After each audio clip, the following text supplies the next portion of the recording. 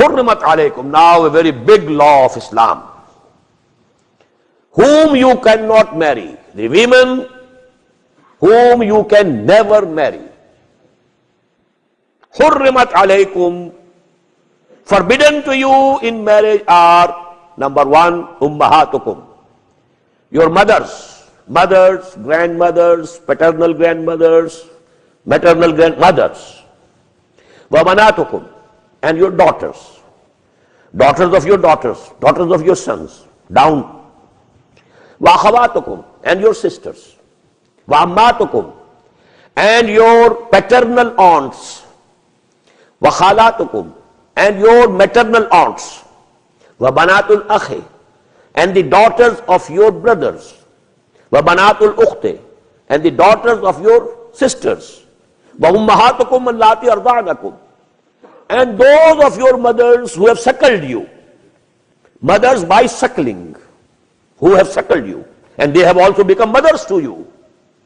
Wa akhawatukum min ar-rada'ah, in the same way the daughters of the suckling mothers, they are also haram. Akhawatukum, your sisters, now they have become your sisters, because you have had the milk of the same woman, which the daughter of that woman has taken.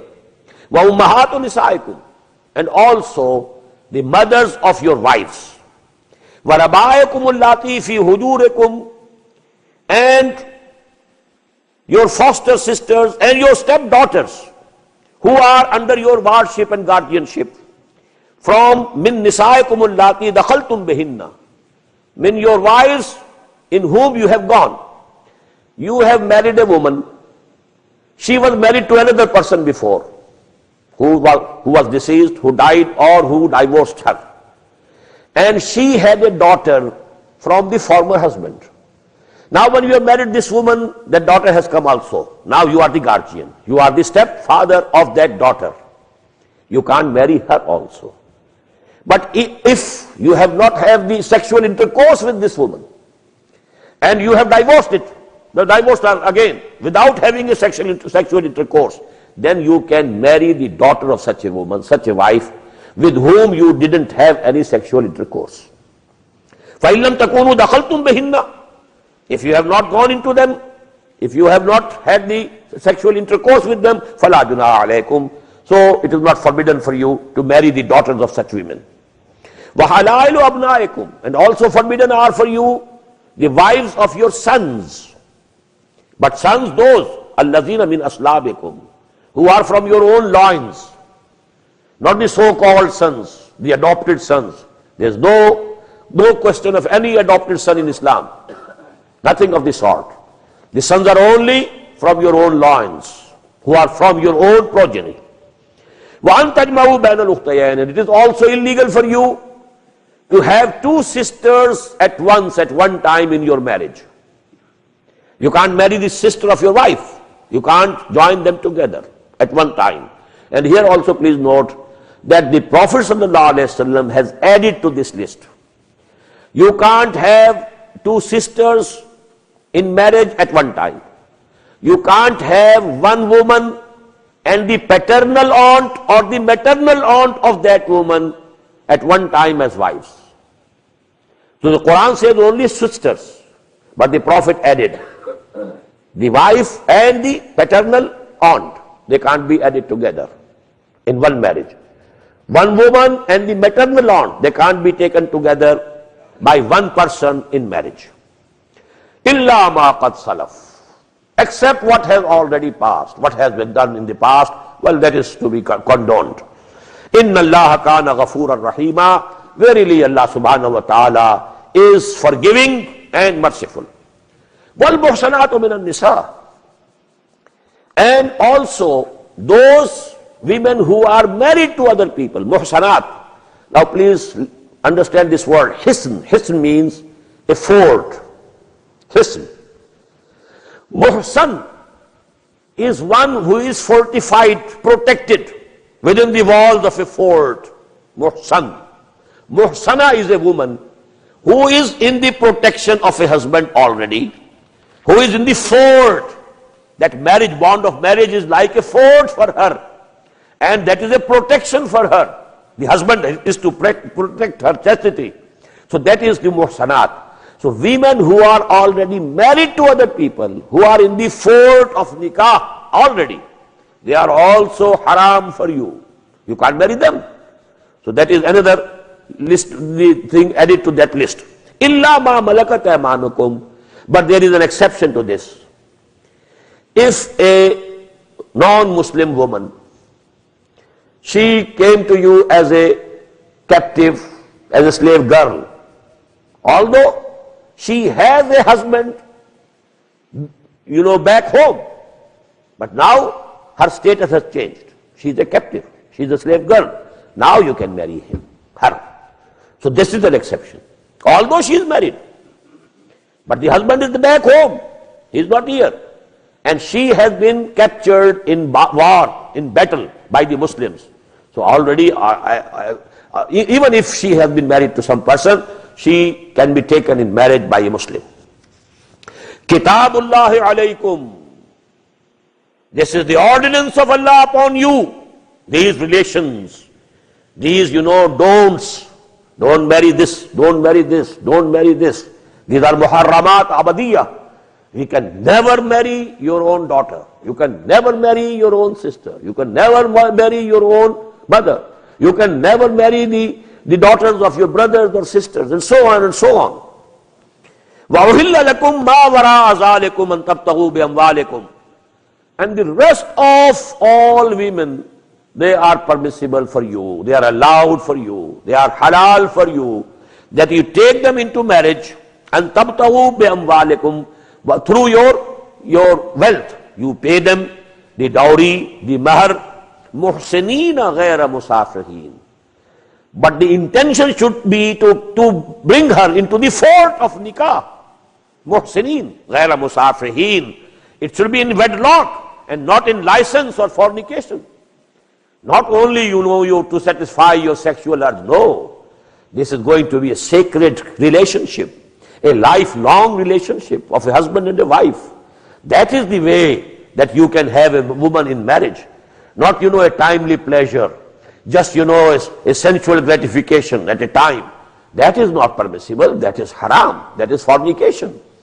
So, مُحْسِنِينَ غَيْرَ مُسَافِرِينَ فَمَسْتَعْتُمْ بِهِ مِنْهُنَّ فَآتُوهُنَّ أُجُورَهُنَّ فَرِيضَةً.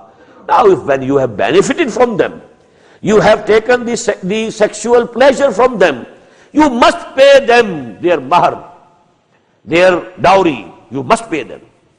وَلَا جُنَاحَ عَلَيْكُمْ فِي مَا تَرَاضَيْتُمْ بِهِ مِنْ بَعْدِ الْفَرِيضَةِ. But if after fixing the amount of the dowry, if by mutual agreement you decide something else, maybe you say, I will give more. Maybe she says, well, I can accept less. I leave some part of it for you. فَلَا جُنَاحَ عَلَيْكُمْ. So there is no blame on you. إِنَّ اللَّهَ كَانَ عَلِيمًا حَكِيمًا. Verily Allah subhanahu wa ta'ala is all knowing, all wise.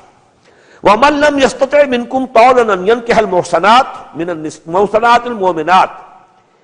As for those of you who don't have the capacity, cannot afford to marry free, believing women. Free woman, believing woman. Mu'minat, muhsanat. If you can't marry them, because you have to pay the dowry. You are poor. You don't have anything. You might have seen in Saudi Arabia, people, they ask for charity because I have to pay the dowry. I want to get married. I don't have the money with me. So please help me so that I can have that amount with which I can go and marry. So that is also something, for which people are begging in that country. So one lam yastati' minkum tawlan. Whosoever amongst you can't afford, doesn't have the money, so that he can marry a yankihil muhsanatil mu'minat, free believing women. فَمِمَّا مَلَكَتْ أَيْمَانُكُمْ. So as a concession, you are allowed to marry the slave girls. مِنْ فَتَيَاتِكُمُ الْمُؤْمِنَاتِ. But only the slaving girls who have become Mu'mins, who have accepted and embraced Islam. If a slave girl comes to you as a captive, she remains a mushrik or kafir, you can't marry her. Marriage will not be able, but you will not be permissible, but you can have relationship with her as a captive, but it will not be a marriage. She will not get the status of a wife. The status of a wife will be attainable only by a Muslim woman. Although she was a captive, she came as a slave girl, but she has embraced Islam. She is still a captive girl, but you can marry her. Wallahu a'lamu bi imanikum. Allah knows very well about your iman, whether you have iman or not, whether she has iman or not. So what is to be decided is on the basis of Islam, not iman. Whether she is a Muslim or not, whether you are a Muslim or not. All the legal matters are based on Islam, not on iman, because iman is something hidden in your heart. Wallahu a'lamu bi imanikum. Only Allah knows about iman, whether you have iman or not, whether I have iman or not. But I am a Muslim, you accept me as a Muslim, you are a Muslim, I accept you as a Muslim. Ba'dukum min ba'd, you are from each other. After all, even if she is a slave girl, she is a human being. She is from the progeny of Adam and Eve. Ba'dukum min ba'd. So this is only a level, in this society for arrangement, for management. But all human beings are equal. Ba'dukum min ba'd. Fankihuhunna bi'izni ahlihinna. So you can marry them, the slave girls, but with the permission of their masters. Maybe the slave girl belongs to me, and some Muslim, a poor Muslim, he asked the permission from me, can I marry your slave girl? And if I allow, then she will become the wife of that person, and now I will not have the right to have any sexual relationship with that slave girl. That is stopped now here, because I permitted him to marry her. بِإِذْنِ أَهْلِهِنَّ وَآتُوهُنَّ أُجُورَهُنَّ. And to them also you give their mahr. بِالْمَعْرُوفِ, in a proper way. وَمُحْسَنَاتٍ بِالْمَعْرُوفِ مُحْسَنَاتٍ غَيْرَ مُصَافِحَاتٍ. You take these slave girls also to have in the fold of nikah, not only to have the sexual pleasure. وَلَا مُتَّخِذَاتِ أَخْدَانٍ. And also not to have any hidden relationship, any hidden friendship. فَإِذَا أُحْسِنَّ. Now if they come in nikah of a Muslim, of a mu'min, although they are slave girls, now they are the wives. فَعَلَيْهِنَّ نِصْفُ مَا عَلَى الْمُحْسَنَاتِ مِنَ الْعَذَابِ. Now if they commit something indecent, some adultery, the punishment given to them will be half of the punishment for the free believing women. ذَلِكَ لِمَنْ خَشِيَ الْعَنَةَ مِنْكُمْ. And this is the concession which Allah subhanahu wa ta'ala has allowed for those of you who fear that they may fall into some sin. If somebody is without marriage, maybe he can go astray. So he wants to marry anyhow, but he doesn't afford. He can't afford to marry a free believing woman. So it's the concession that they can marry the slave girls, provided number one, they are Muslims. Number two, it can be done with the permission of the masters. Now if they are your wives, you have to pay them the dowry. And now if they commit any adultery or something of that type, then the punishment which is to be given to them will be half of the punishment of those who are regular and who are free mu'min wives. وَإِن تَصْبِرُوا خَيْرٌ لَكُمْ. And if you can have patience, if you can go without marriage, without marrying a slave girl, because you can't accept that level of morality from her. The level of morality of free women belonging to respectable families is something else.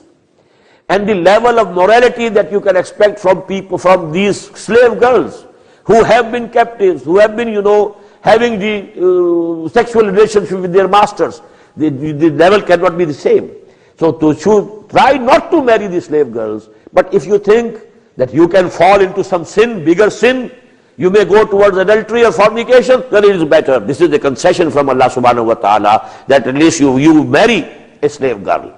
وَإِن تَصْبِرُوا خَيْرًا لَكُمْ. And if you can have patience, if you can hold yourself, then it is better for you. وَاللَّهُ غَفُورٌ رَحِيمٌ. And Allah is forgiving and merciful.